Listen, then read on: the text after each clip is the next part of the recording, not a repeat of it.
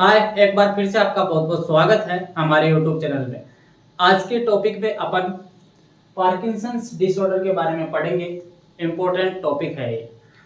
जब अपन nervous system के disorder पढ़ते हैं तो उसमें ये पार्किंसंस डिसऑर्डर है उसको भी पढ़ते हैं और इससे संबंधित क्वेश्चन भी एग्जाम में आते हैं। दोस्तों, आपको मैंने पहले बताया कि जो राजस्थान में वैकेंसी आई है नर्सिंग स्टाफ की, उसके लिए हम टेस्ट सीरीज लेके आएंगे जल्द ही हमारे यूट्यूब चैनल पे।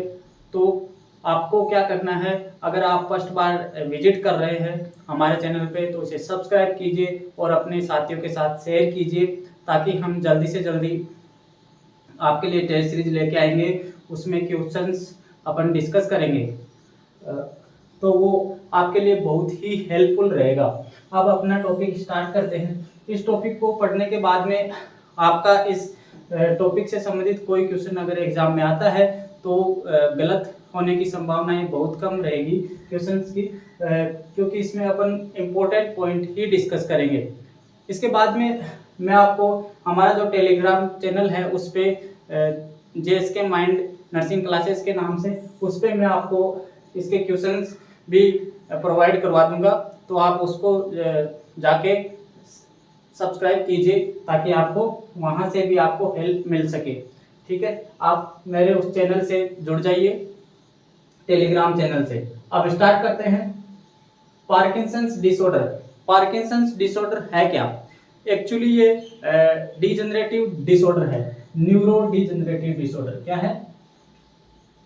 न्यूरो डिजेनरेटिव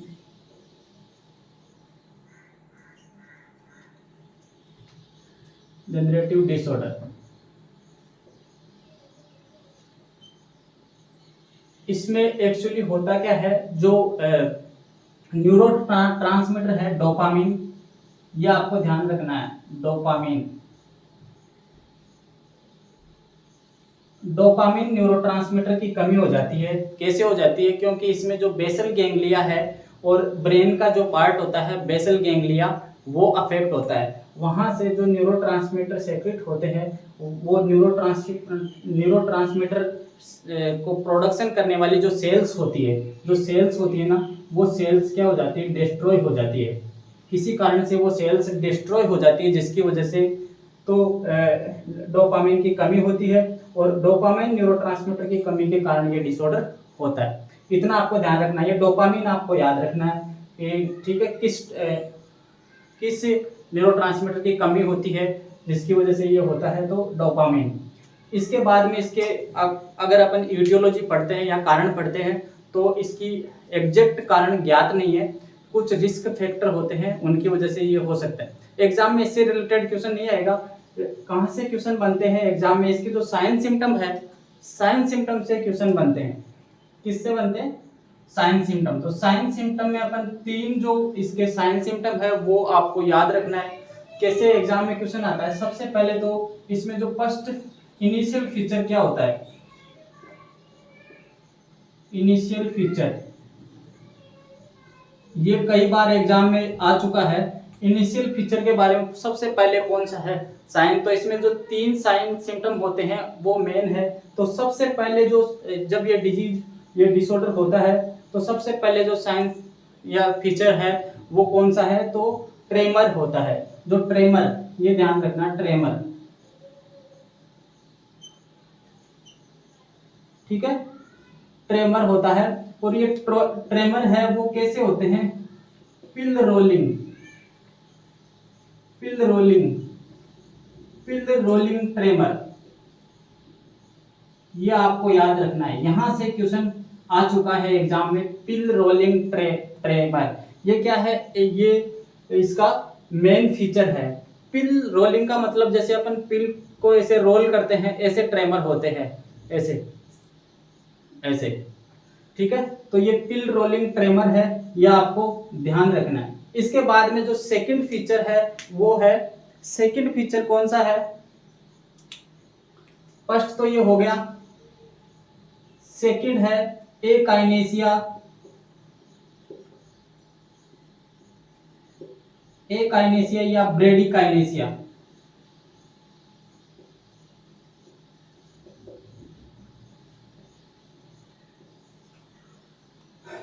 दोनों में अंतर क्या है, एकाइनेसिया में जो बॉडी के मूवमेंट्स है, जो वॉल्यूंटरी मूवमेंट्स है, ऐच्छिक जो गतिविधियां है, वो क्या होती है, स्लो हो जाती है। क्या हो जाती है, स्लो हो जाती है। और एकाइनेसिया में तो अब्सेंट रहती है, मतलब कि जो मूवमेंट्स है वो अब्सेंट रहते हैं एकाइनेसिया में। और ब्रेडिकाइनेसिया में क्या होती है, जो बॉडी के जो मूवमेंट्स है, वॉल्यूंटरी मसल्स के मूवमेंट, वो क्या हो जाते हैं, स्लो हो जाते हैं। ठीक है, दोनों में यही अंतर है। तो एग्जाम में ब्रेडिकाइनेसिया भी आ सकता है और एकाइनेसिया। ठीक है, ये ब्रेडिकाइनेसिया ज्यादा देखने को मिलता है, तो ये दोनों ही आपको याद रखना है। इसके बाद में जो थर्ड जो फीचर है, ये भी आपको याद रखना है। इसमें है कोग व्हील रिजिडिटी।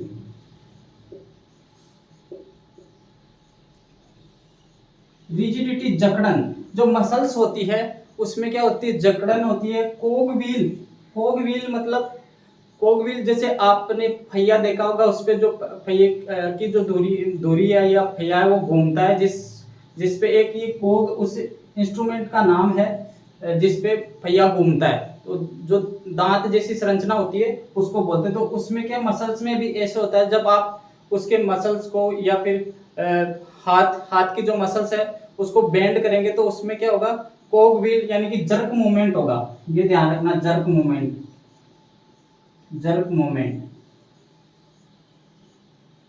उसकी तरह एक प्रकार की जकड़न होगी, ये जर्क मूवमेंट, कोग व्हील रिजिडिटी, ये एक कोग उसका नाम है। ठीक है, तो ये इसका स्पेशल फीचर है, ये भी आपको ध्यान रखना। ये 3 फीचर इसके स्पेशल है, इनमें से एग्जाम में कई बार क्वेश्चन आ चुका है। ठीक है,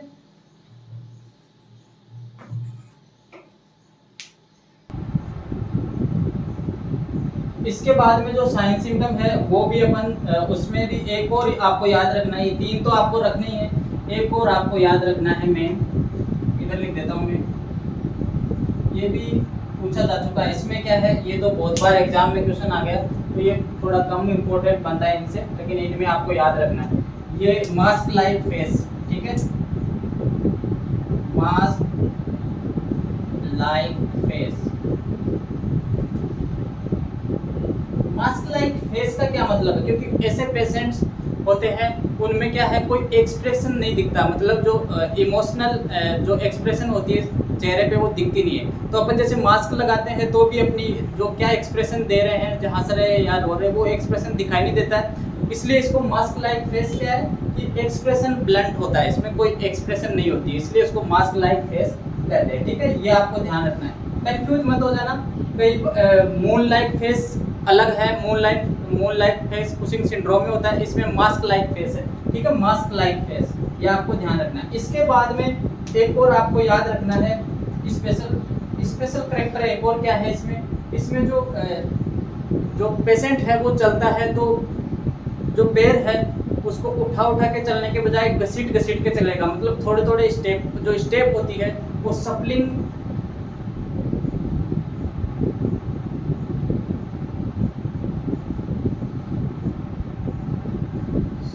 गेट, ये ध्यान रखना आपको। जो स्टेप्स होती है वो सप्लिंग है, यानी कि सप्लिंग का मतलब होता है जो पैर है उसको थोड़ा घसीट के चलेगा उठाने के बजाय। तो ये भी एक इम्पोर्टेंट फीचर है। इसके अलावा बहुत सारे फीचर है इसमें, अदर जो फीचर है वो भी आपको याद रखना है। जब एडवांस स्टेज में डिजीज होती है तो उसमें जो ब्रेन की जो इंटेलेक्चुअल पावर है वो भी इफेक्ट होती है, डिमेंशिया भी होने लगता है पेशेंट को। ठीक है, क्योंकि वहाँ पे सेल्स डिस्ट्रॉय होने लगती है, डिमेंशिया भी होता है। इसके अलावा कॉन्स्टिपेशन भी होता है उस पेशेंट को, क्योंकि बाउल ब्लैडर फंक्शन भी इसमें इफेक्ट होते हैं। और ड्रूलिंग है ना, जैसे कि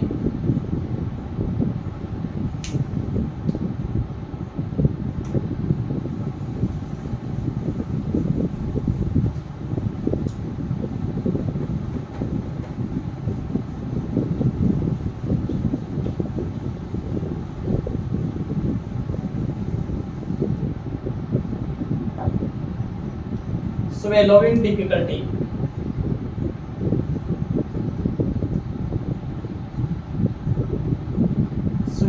difficulty,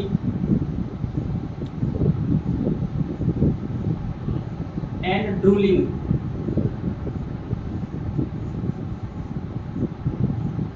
ऑटोनोमिक नर्वस सिस्टम इसमें अफेक्ट होता है, जिसकी वजह से सलाइवेशन होता है, ड्रूलिंग है, लार आती है पेशेंट को बहुत ज़्यादा, ठीक है, और स्वेलोइंग डिफिकल्टी, ये भी आपको ध्यान रखना है। इसके अलावा इसमें क्या है, जो स्पीच होती है वो मोनोटोनस स्पीच, ये भी आपको ध्यान रखना है, ठीक है। ये इसके इम्पोर्टेंट फीचर्स थे। इनके अलावा कोई फीचर पूछा नहीं जाता है, बाकी बहुत सारे इसमें और भी फीचर होते हैं, लेकिन अपने को क्या है, एग्जाम की दृष्टि से इसको याद रखना है, ठीक है।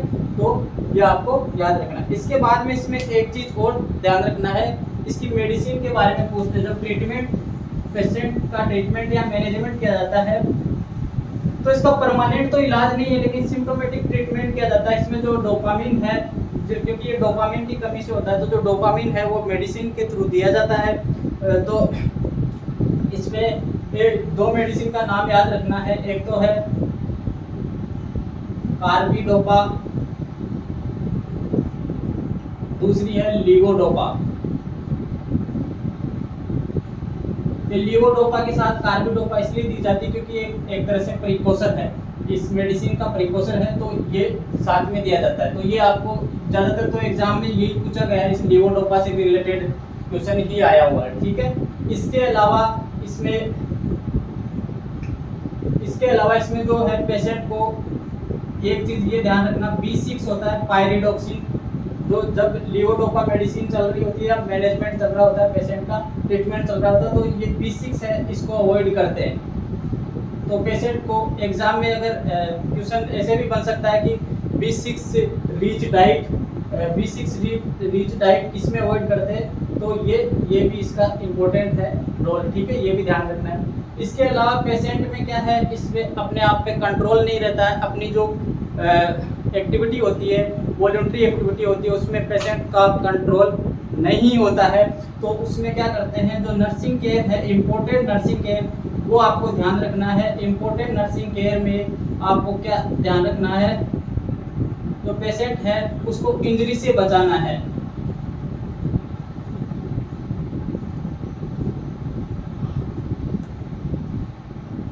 अवॉइड फ्रॉम इंजरी, ठीक है। इस डिजीज से रिलेटेड कोई क्वेश्चन आता है, तो इसमें अगर इंजरी का अगर ऑप्शन दिया हुआ है, तो वो भी एक इम्पोर्टेंट हिस्सा होता है, ये आपको ध्यान रखना है, क्योंकि ये बहुत इम्पोर्टेंट नर्सिंग केयर है, क्योंकि ऐसे पेशेंट्स में इंजरी होने की संभावना ज़्यादा होती है, क्योंकि उस पेशेंट को कंट्रोलिंग पावर कम हो जाता है खुद का, ठीक है। तो ये भी आपको ध्यान रखना है। एक मेडिसिन और अवॉइड करते हैं इसमें, मोनोएमीन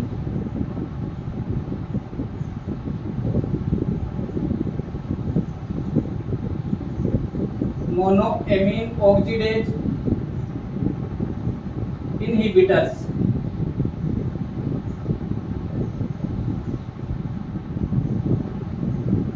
जब ये पेशेंट को ट्रीटमेंट चल रहा होता है, तो ये मेडिसिन होती है मोनोएमीन ऑक्सीडेज इनहिबिटर, इनको भी अवॉइड करते हैं। क्या करते हैं, अवॉइड करते हैं, इनको नहीं दिया जाता है, ठीक है। ये भी आपको ध्यान रखना है। अपन ने इसके फीचर पढ़े, उन फीचर में एक चीज और ध्यान रखना है, एक क्या है, ऐसे पेशेंट में क्या होता है, जो हैंड राइटिंग होती है ना, उसकी हैंड राइटिंग, जो हैंड राइटिंग होती है, उसमें जब वो वर्ड्स लिखता है, तो धीरे धीरे उसमें जैसे जैसे डिजीज प्रोग्रेस में बढ़ती जाती है, तो उसमें क्या होता है, जो हैंड राइटिंग होती है, उसमें जो वर्ड्स होते हैं वो छोटे होते जाते हैं, ठीक है, लिखने में ऐसे ऐसे छोटे छोटे लिखते जाएंगे इसमें, ठीक है। ये भी एक इम्पोर्टेंट फीचर है, ठीक है। इसके अलावा आपको 2-3 चीज और याद रखनी है इसमें। एक तो ये मोस्ट कॉमन, इसकी जब कौन से पार्ट को इंजरी होती है, तो ये डिसऑर्डर हो सकता है। तो मोस्ट कॉमन जो ब्रेन का जो पार्ट है, क्योंकि ये ब्रेन स्टेम से रिलेटेड है, तो ब्रेन स्टेम इंजरी, ठीक है। ये ज़्यादा इम्पोर्टेंट नहीं है, लेकिन फिर भी आपको याद रखना है, क्योंकि एग्जाम में आ सकता है ब्रेन स्टेम इंजरी। अभी तक तो इसको पूछा नहीं है, लेकिन ये आ सकता है ब्रेन स्टेम इंजरी। इसके अलावा 2-3 मेडिसिन के नाम याद रखने हैं। एक तो होता है, इसको एक्स्ट्रा पायरामिडल ट्रैक्ट भी बोलते हैं, ये भी ध्यान रखना। एक्स्ट्रा पायरामिडल ट्रैक्ट ये भी आ सकता है, क्योंकि एक्स्ट्रा पायरामिडल जो ट्रैक्ट होता है वहाँ पे जो ब्रेन से रिलेटेड ऑर्गन है उनमें इंजरी, ठीक है। इसके बाद में 1-2 मेडिसिन जैसे मेटाकालोप्रामाइड है,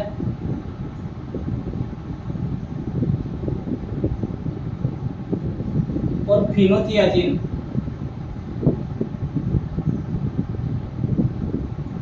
फिनोथियाजिन ग्रुप की जो भी मेडिसिन है तो उनमें क्या है, ये साइड इफेक्ट के रूप में हो सकता है डिसऑर्डर, तो ये आपको याद रखनी है, ठीक है।